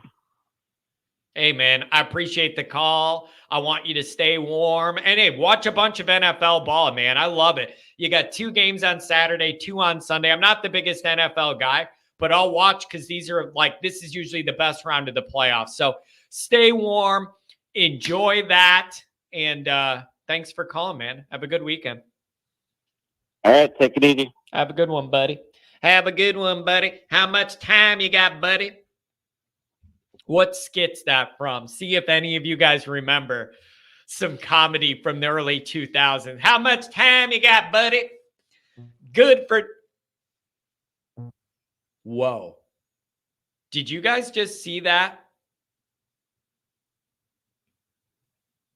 We just had like a power surge. Did any of you just see that? Everything in here blinked.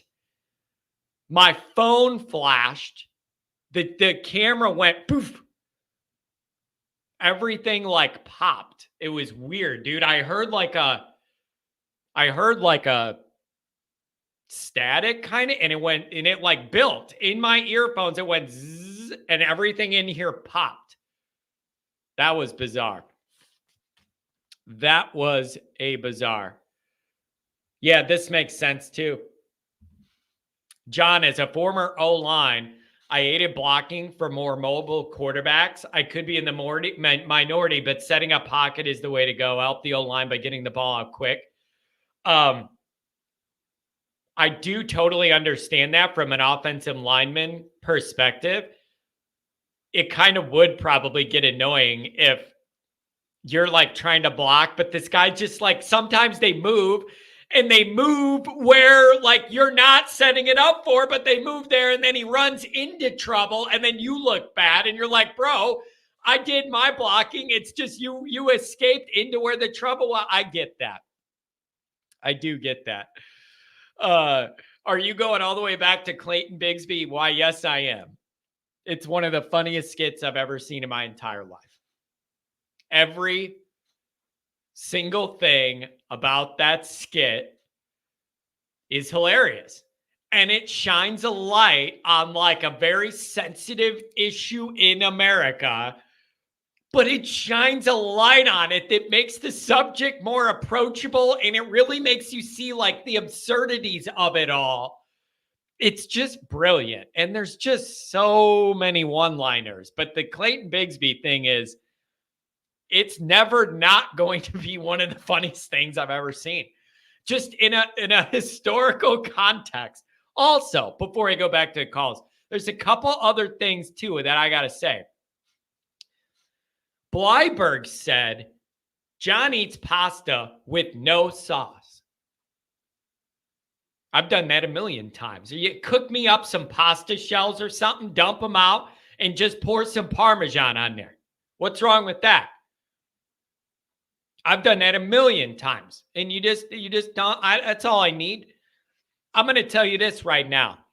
This might be a controversial take. This might be a controversial take. Red sauce can ruin a meal. Too much red. See, these kids all eat the butter noodle. You got some good noodles, and then you dump some of the Parmesan, and then the Parmesan like changes its consistency when it's there. It tastes beautiful. Too much red sauce ruins a lot of shit. I'm just telling you, it's overpowering. You know what I mean? Too much pasta sauce around pasta. It drowns it all. It could be too much to where that tomato red taste overdoes everything. Happens to pasta all the time. Let me give you this one too. You ain't going to like this one. If you didn't like that one, wait for this one. Pizza. Pizza. Do you know red sauce can ruin a piece of pizza in 1 second? I need to taste the bread, and the cheese should be leading the charge, not in between the cheese and the bread. There's 8 inches of red tomato sauce drowning the flavor of everything. And when you bite it, 8 pounds of lava of red shoots out. Too much red sauce on pizza is a real problem in this country. It's a real problem in this country. We need to normalize cheese sticks. Cheesy bread. That's what we need to normalize. That's what we need to normalize is, like, you ever get cheesy bread from like a Mark with glasses? I might unsubscribe and unfollow. Do you know what I'm saying? Like the cheesy bread where it's just the bread and then the garlic cheese on top of it. Like that's, and you skip all that red. And you could get a cup of the red or a cup of the cheese. That's where I would want to go. And then if you need more red, you could get more red. And if you're like me, bread and cheese. Bread and cheese. If you eat a bite of that pizza on air, I'll join Patreon. Somebody else put, what else is it? What else? Wait, I highlighted this. Somebody said they would give me money for doing something stupid. What it was, I didn't highlight it. Somebody said that if I ate a piece of a burger with like onions on it and mustard and relish and I don't know what other rabbit food. I don't know. I haven't gone to the pet store to get any rabbit food. So I don't know what else would be on it. Like onions and all this garbage on a burger that if I ate all that live with mustard and all, they would join my the Patreon. I don't think it's worth it, man. I'm not eating that crap. Ketchup, I could do it with ketchup. I wouldn't like it, but I could do it. So yeah, I don't know. Yeah, dude, my metabolism is really out of control. I cannot gain weight. It does not matter what I eat, what I do. I cannot gain weight. And it's just, I'm wound tight. I'm a worrier, like stress. You just burn through it, man. You just burn through it. But I will plant my flag there. Red sauce ruins pizza and pasta like you wouldn't believe. You know what I argue about with pasta too? I argue this all the time.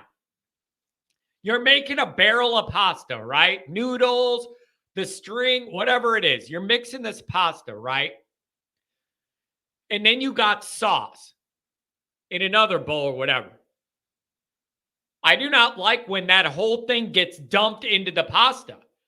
I want to be able to gauge the amount of red sauce on my pasta. When you just dump the whole thing in the whole thing of pasta, Everybody gets that amount of red sauce. I want to be able to adjust my red sauce. I want it separate, and you let me decide how much I want to drape my pasta in it. Okay? I do like that white sauce kind of. You know why? It has no flavor. A lot of the white pasta sauce is very much more neutral, and it doesn't have a lot of taste. I don't know, man. I eat weird, man. I eat weird. I think everyone else is a picky eater. I'm not a picky eater. You got to explain it to me, BVG. Come on. That's inappropriate. Funny, but inappropriate. I think everybody else is a picky eater. Well, what do you mean, John? You have all this stuff you don't like. Who's a pickier eater? Someone like me who says, I want a cheeseburger. What do you want on it? Bread, meat, and cheese. There's your cheeseburger. Or the person who says, yeah, I want a burger and I need 8 heads of lettuce. I need tomato. I want extra onions. Make sure you slather a bunch of mustard on there. And then I want this on there. You tell me who's the picky one. I require nothing but the basics. You tell me who's the picky one. That all I require is the main ingredients to be satisfied, filled, and healthy. But everybody else needs 80 ingredients on a burger? Who do you think you are? Jappolinos? Are you out of your mind? Jappolinos on a burger? I won't make it to the bathroom in time. Are you out of your mind? Soda? You mean pop? I don't know what soda is. This 1924 soda. That's the other one. Where I live, nobody calls it soda. I have never heard one person in Illinois ever call anything soda. Ever. Ever. I've never, ever heard anyone in my real life in this area ever call anything soda. I've never heard it. Ever. In my life, soda. And then when I go down south and visit my relatives, it becomes Coke. Even down there, I've never heard anybody call it soda. They call everything a Coke. It's a Dr. Pepper and they call it a Coke. Makes no sense. Soda. Never heard anyone in my real life call it that ever. Ever. Soda. Pop is highbrow, I guess. I guess. Yeah, my dad says he agrees with me on the food topic. Why do you think I'm like that, Dad? Probably because you're like that. We just don't require a lot. I don't require a lot. 385, make it come alive. We got off track. Whoa. Hey, look, you're good. I love that, man. Yeah. Oh, here we call it soda. Dude, I've never heard it called soda, man. It's pop here. And when I go down south, they call everything a Coke. I don't know where you got to go for it to be called soda. I've never heard it in my real life ever. I've never heard it once. Soda. Never. Maybe it depends on the like culture thing because like my parents, they all call it soda. I don't know, man. But yeah, that's funny. But you know what? I never thought about that real quick. You're right, man. I guess it's us that's picky, right? Hey, cheese, bun, beef. Slap that burger there. And right? You know what else? Now follow me here. There's another step to this. There's another step to this. No, you know how my brain works. I got problems, bro. Listen, yeah. Here's the next problem. Why in the hell, when I go somewhere to eat, either fast food or sit down, why in the hell should I pay the same amount for a burger that everybody else is paying for that I'm getting 8 less ingredients on? It's less labor and it's less labor and I'm using less ingredients. Why should I ever pay full price for a burger on a menu when I'm not getting the majority of the ingredients? Right? I've been getting ripped off my whole life. I've been getting ripped off. I want refunds from all these places. You know how many pieces of lettuce I've saved these places? Right? Anyways, right? What about football? I'm sorry, I got off on that. What about football? What about football? Okay, let's talk here. I want to just touch on the thing about, I know your hate for Michigan, but like I tell you, for me, it's more the SEC because I don't hate the players because they're just young men trying to figure it out, right? There's some coaches that you're like, man, that guy just looks like a douche, right? Yeah. But the reason for me why I dislike the SEC and their whole comments if Notre Dame was in, the SEC, this and that. The SEC only played 8 games, really, even before when they had 10 teams in their conference. They only play 8 games, right? They play 2 junior high teams, and they schedule probably the worst of whatever conference team, and they only go as far west as Texas. Yeah. Now, my point to that is, look, I traveled to the Sun Bowl, and I traveled to South Bend this year a few times. Hey, man, when I was leaving, coming home, I seen those boys. Like I think I told you, I was sitting next to Darren Price, didn't recognize it was him, and there was a few more boys coming on the same terminal that I was at. Them boys looked exhausted, man. They looked tired. And I know me working 8 hours a day, 9, 10, 12 hours a day, and then flying to the festivities, enjoying it, going to the game, hurrying up, coming home to host New Year's for my mom's birthday. I was, man, by the time I think January 4th came, I was beat. I hit a wall, right? I can't imagine how our boys feel traveling to Southern Cal. You know, we got to fly there. And like I've said, traveling back to South Bend, down to the Atlantic coast, down this and that. The SEC won't leave their neighborhood. It's like I told some, you guys don't want to be tough guys, man. You want to bully all the kids in the neighborhood? Go to the other side of the block and go mess with those kids and see what they do to you. You know what I mean? So yeah. I get we're going into Texas A&M, and they're like, that's what I'm trying to get. I dislike the whole SEC. Oh, we're the SEC. We're the SEC. Go further than Texas, man. Go further than Texas, and go to the other tough guys. Like I said, go up to the Midwest region from where you're at and play Ohio State one week, and then go play Wisconsin, and then go down to play Miami. And you know, and the other thing is, I'm already resenting this, man. You know how it goes with Notre Dame. You're already hearing Notre Dame can't compete with SEC talent. Notre Dame can't compete with they would go 5-7 every year in that conference, like whatever. I'm sick of the narrative, and you need to, the only way to change these narratives is for Notre Dame to start winning. That's it, man. Start winning these big moments. And you force people to respect you when you just win those games, and we never do it, and I'm over it, and it's been too many decades, and we need to change the narrative. No, and we do. We need to go into Texas A&M and win. Like I said, we would have went into Georgia those years. That year and won, it would have been a different thing. It would have been a different outcome. And you made the comment about all these ESPN nut riders, Kirk Herbstreit, Paul Feinbaum, Stephen A. Smith. They're all like the SEC and their talent, right? So they make it even worse. But we do. We need to go in there and win and get over that hump. And you make great comments, John. Like Freeman, he is right. He's a workhorse. He's out recruiting. He's out.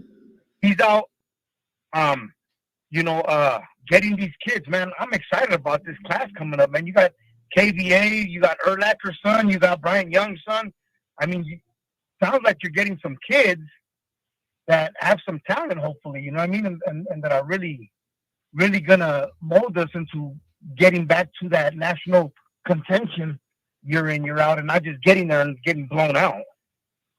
Yeah, it's man, I'm just telling you, doesn't it just feel to you like year 3 turns into winning time? Like, and it kind of all lines up with the coaching staff and the talent, and it all lines up. Year 3 is winning time, and I don't want to put undue weight on week 1, but I just think it's a huge moment. Oh yeah, you the way you express it, and even the way you say it, like, you know. Like I said, to me, it's whatever. The SEC's overrated, but you are going into them, right? And into Texas. Everything's bigger in Texas. We're going to SEC. That's a lot of pressure, but it's a big stage, and it's been set for us to set the tone for year 3. Yeah, you're 100% correct on this, man. Yeah, and here's the other thing. Tell me if you agree with this. This is really on my mind a lot. When I look at Notre Dame in these big moments, I feel like all it takes is for Notre Dame to break through once, and it would kind of open the floodgates. You would be able to say, we did win one of those big moments. We did win one of those big games. We were the team that made the plays we had to make to get over the hump. And I think once Notre Dame breaks that seal, they could be off to the races, but it's hard to get to that point, and we have not been able to do it yet. No, and you're right. I really thought that after the Duke win, when Sam put his shoulder down and got that extra 1 yard, man, I really like, we're there, man. Like, we're there. But you know what?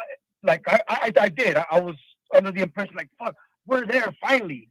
And that was a hell of a battle. And then, you see them sleepwalking to Louisville, and it's like, oh, no. And then me and you knew that it was going to be a brawl going down into Death Valley against Dabo. I think we've started a good little back and forth with Clemson in our years and us in their years, a little rivalry there with Clemson. But like I said, I like Dabo, but I thought that would happen this year, but it didn't. And I think what you just said, once that happens, yeah, it's like, hey, Notre Dame's back. And you know what, man, listen, I don't believe that the players think of it the way I do, but I do see pressure building. Every year that goes by, you fail in those biggest moments. It adds more pressure and makes it harder to get over the hump. And the narrative builds, the big bowl game thing builds, all of that. And I really do mean it. Once one of these teams breaks down that wall, I think the floodgates are open, the weight's lifted, and you can go play free and know, hey, shit, we did it. We could do this. You got to get one. A&M. No, and you're right, but you also have to get a certain core to buy in. You know what I mean? The ones that are there that are not going to transfer. Yeah. That have said, and you know what? This goes back to why I root so much for Tommy Rees, Drew Prine. I know I get a hard time, and even I was wrong about Buckner, but I really liked the way he fought back in last year's Gator Bowl. But the reason why is, I tell you, these are people that are loyal to Notre Dame, that love Notre Dame, that say, hey man, at all costs, we are Notre Dame. And we're going to get back there. And we're done with all that shit that we can't get over this, that we lose the big game. Hey, man, no, we're here. Here are the Irish, and we're here to stay. Yeah, you were talking about belief. You were talking about and that's what I think about too, is who is going to be the Notre Dame team that believes enough, has the right leadership, or just enough good players that they get over the hump, man. Who is going to say, I'm making those 2 extra plays to make us win by 1 instead of lose by 1? It literally comes down to that close of a moment. And Notre Dame's just you gotta get over the hump eventually. You just have to. Yeah, you do. And the only thing I hope that these players are patient, because the 2 guys you look at Xavier Watts, man, the best defensive player in the nation. What that kid did this year, man, amazing, right? And he was patient, right? He talks about his journey, not knowing if he was going to be a wide receiver or a DB or this. Look at how he was rewarded for his patience, man. Like, how awesome is that? Yeah. And granted, maybe if we would have been to a bigger bowl or national title, maybe it would have been better icing on the cake. But what a hell of a story for that dude. So if these boys and everybody says, well, I know we've been patient long enough, John, but what I'm saying is, as far as this era and this year, we finished 11 we've gone this many decades. I could go a few more games, all right? Like, I've already waited a few decades. Who am I to need it now after I've been willing to do that? No, we need it now, bro. I got white hairs. I'm only 41, so we need it. We need it now. But you ain't lying. You ain't lying. I'm telling you. But I really do think, man. My hairline recedes more than water after a hurricane. I'm telling you. I don't got that problem yet, man. I don't know what's worse than when I grow white hairs or if I get a receding hairline. Buddy. I know. I got both going on. So I don't know, dude. This is I'm really looking forward to spring ball too, man. I'm really excited about that. I want to see these. I want to see these quarterbacks all get an opportunity to shine. I want to see if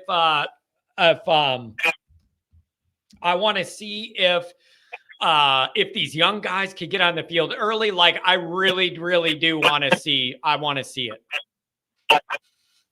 So and yeah, and that's my last topic is man, I know we went after Leonard, and you said it best. He opens up the run option, and the guy that called a few callers ago, he brought up that stat about 500, and only that the LSU quarterback that won the Heisman had a few more, right? That's what he was saying. But you know, one thing that I've seen about Angeli every time he's been in there, and people can say, well, it's mediocre talent, whatever, this and that. Angeli doesn't look pressured in the pocket, bro. If you watch those games, I went back and watched that game, even the big game.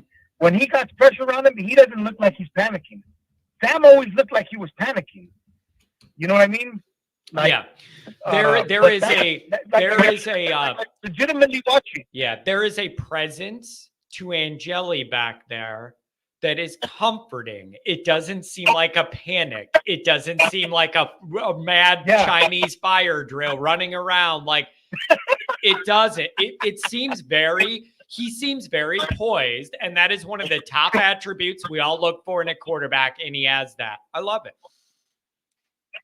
No, and I'm glad we watched the same game. And, you know, with Sam, it seemed like he was panicking, looking for someone to make him throw an interception, throw the ball away, or get a sack. With speed, you didn't see that at the Oregon game, the Oregon State game, or that. So that's, you know, for me, like I tell you, that's why I'm kind of rooting for the guy. But I'm pretty sure they didn't bring him right in there and give him all that money just to say, all right, man, like you're gonna come here and back up. So. Yeah, but like you, I'm excited about the quarterback room.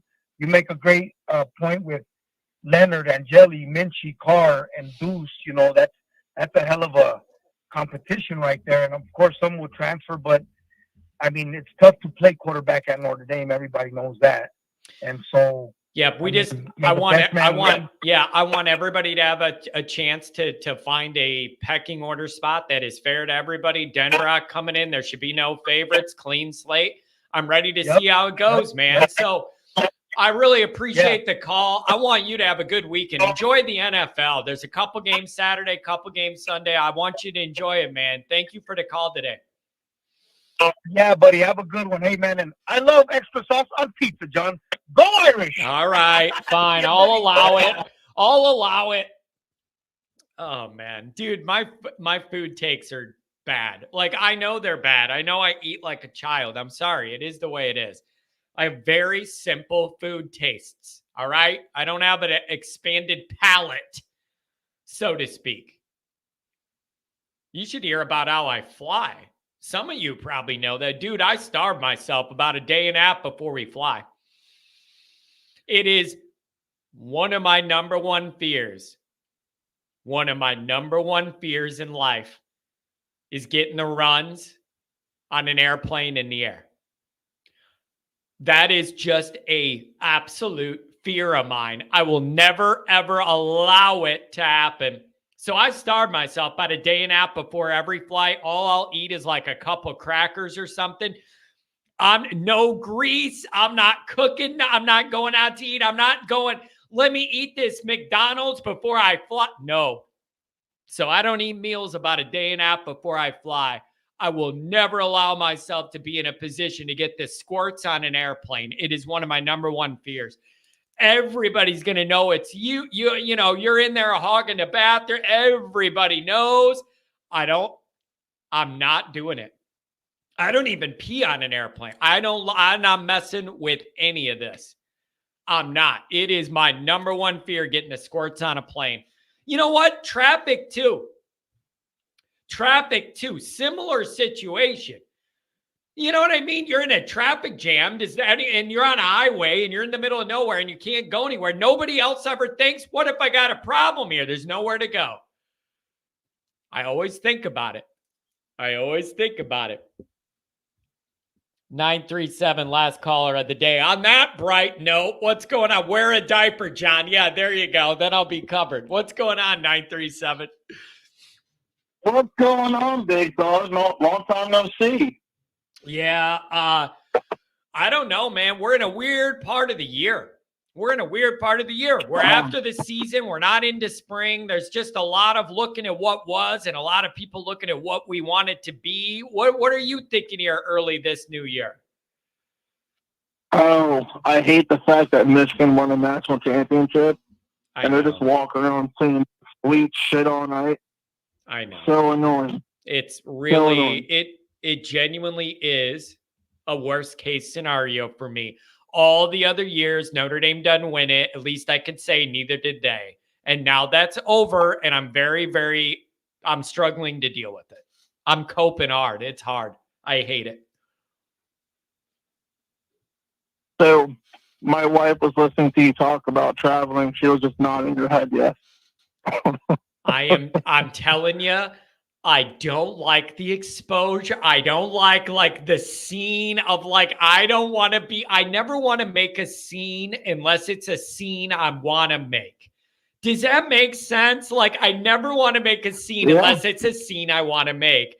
And I just have always had this fear of, if you got that kind of stomach thing going on a plane, that is my worst social nightmare I could ever imagine. So I avoid the whole thing. I don't eat greasy food. I don't eat nothing but a couple saltines and a sip of Gatorade.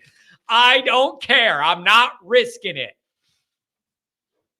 Well, my problem is a little different than yours. You don't seem like a very broad kind of guy. No offense. Sometimes for some of us, it's just hard to fit in between that small space. You kind of have to contort yourself into it. Bathrooms are not very big on airplanes, kind of like buses. I am small. I have a small frame, and we went from Florida, and I took a leak on the plane, and even I'm going, man, are the walls caving in on me in here? I felt like Andre the Giant. You go into a bathroom on an airplane. I seriously was like, oh my God. It's my worst case scenario. I starve myself, and I eat one pretzel or something to fill me up. So, hey, let me ask you this. Let's turn this to football. My mind's on this Notre Dame quarterback dynamic. Notre Dame's in a little bit of a tricky spot. How do you think this is going to work out with all these quarterbacks that all have intrigue? They're not all going to stick, and Notre Dame's got to make sure they get it right. What do you think they're going to do here? Well, I'm going to ask a question back to that. Who thinks that Riley Leonard's going to stay healthy all year? Yeah, I know. It's a big deal. He's almost as injury prone as Buckner. So it looks like either Minchie or Carr, or not Carr, but Minchie and Joey have to play either way.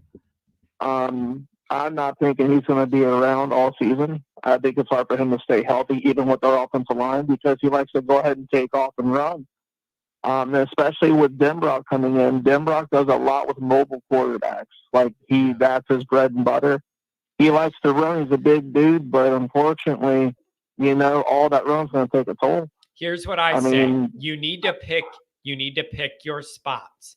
There are a lot of games where I do not think it should be necessary to make Riley Leonard carry the ball a lot, take a lot of those hits. You need to pick your spots where you are comfortable risking more. Week 1, A&M, not ideal because it's week 1 and you don't want to get your quarterback hurt, but you need to win that game so much. Week 1, I'm telling him, we need it from you. You need to lay out, lower your head, get the extra yards. Like week 1 A&M is one where you need to push it. Other weeks, dial it back. I think you should be able to win without exposing that guy to getting his cranium kicked in.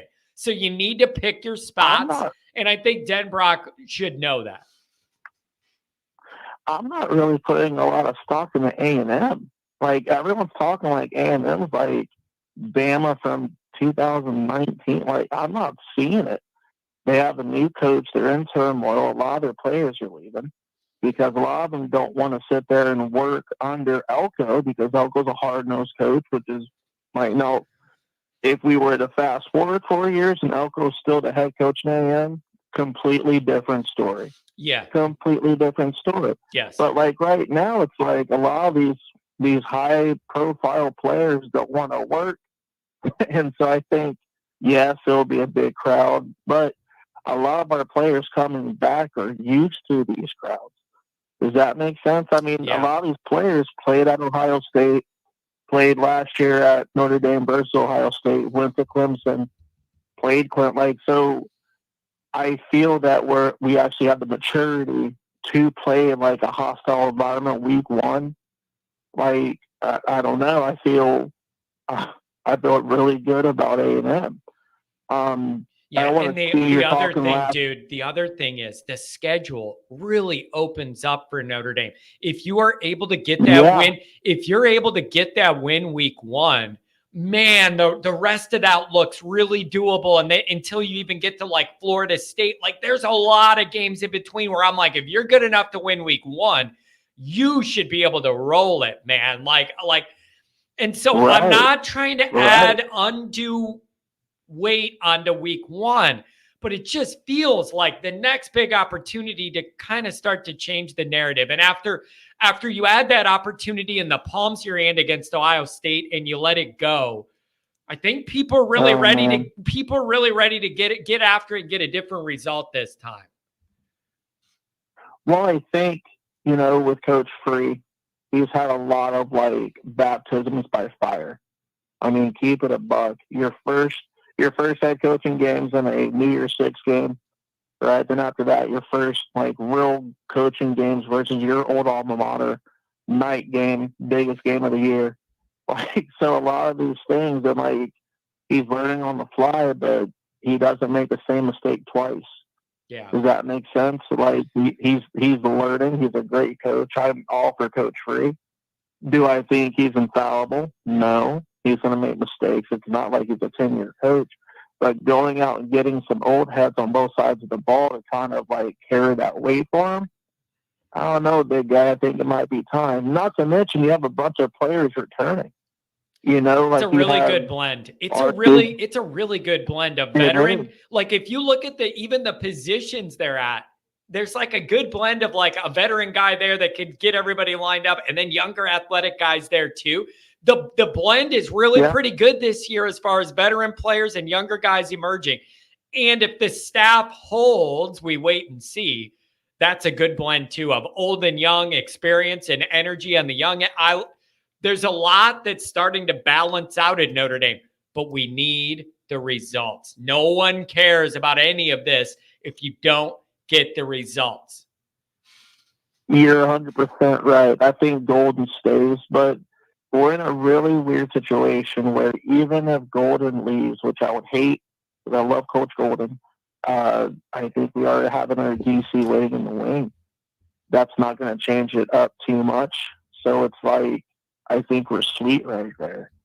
And it's very odd for Notre Dame to be in such a situation. You know what I mean? Yeah.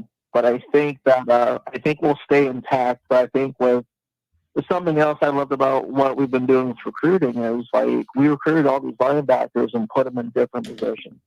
Like no one talks about Josh Burnham killing it. Like he is. Yep. He is a force when he's out there. So it's like, but he came in as a linebacker. There's other linebackers that came in like, no, you're going to play Viper, DM, and the fact that, I mean, we got to see what our strength and conditioning coach.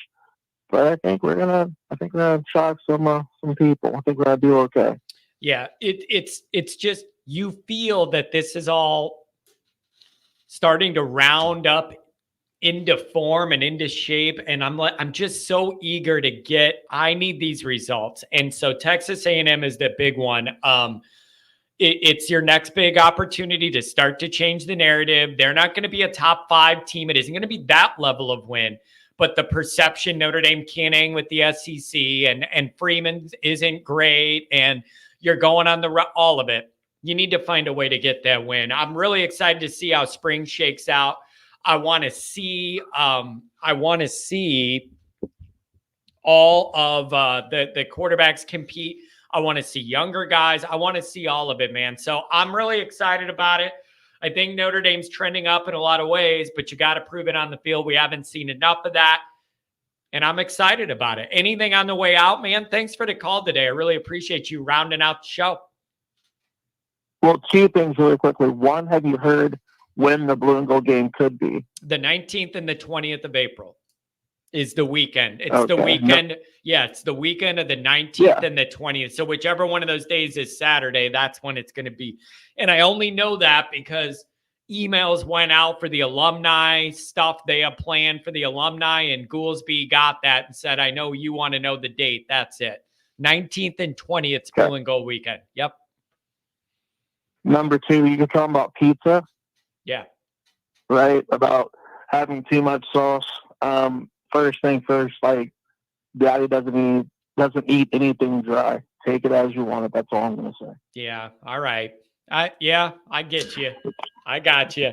Love you. I got Love you, you. buddy. Thank you. Have a good one, you guys. Take care. Thanks, man. Have a good weekend. Oh, man. And listen, this was kind of fun today. Kind of fun. We bounced all over. We talked about food. We talked about, John's flying routine. I mean, I'm pretty sure we covered that all up. I'm pretty sure we covered it all.